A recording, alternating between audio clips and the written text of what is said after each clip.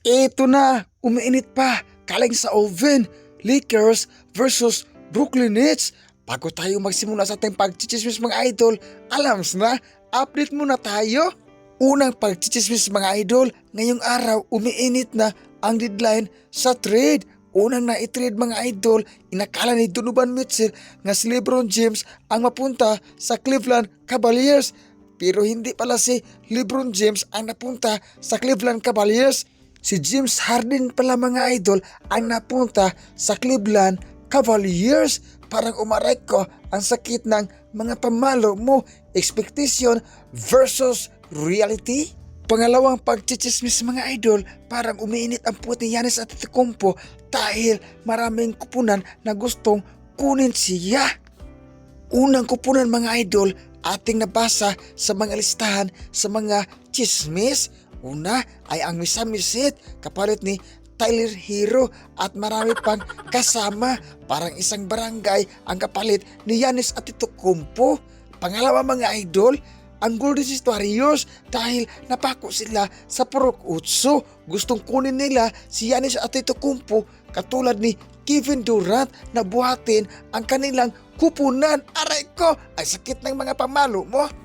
Pero joke lang po. Kapag magkatotoo mga idol na si Giannis Antetokounmpo mapunta ng Golden State Warriors, balikan na natin ang nakaraan nating record 73-9 dahil maging super team na ang Warriors.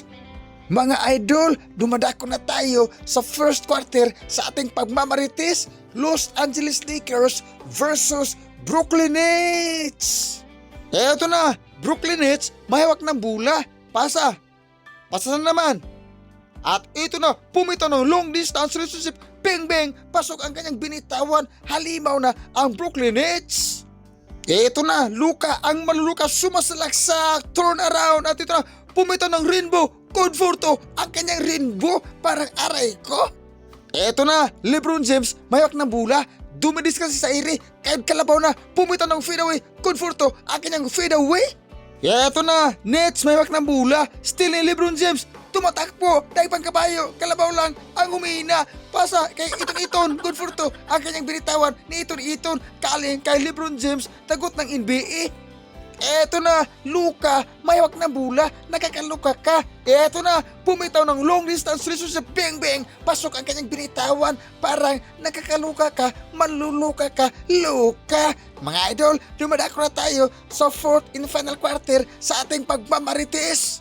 Mga idol, sa play na ito, tingnan natin ang Brooklyn Nets. Pasa, bumitaw ng long distance relationship, hindi napasok ang kanyang bitawan. Rebound ng Brooklyn Nets, at ito na naman, pasa. At ito na, pumitaw ng long distance relationship, bang bang, pasok ang kanyang binitawan.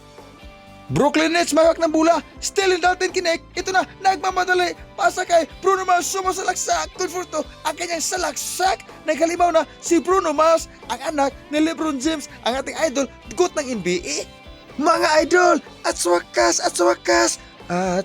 wakas, panalo ang Lakers. Hindi na mapako sa Purok Utso dahil Purok 5 na ang Lakers.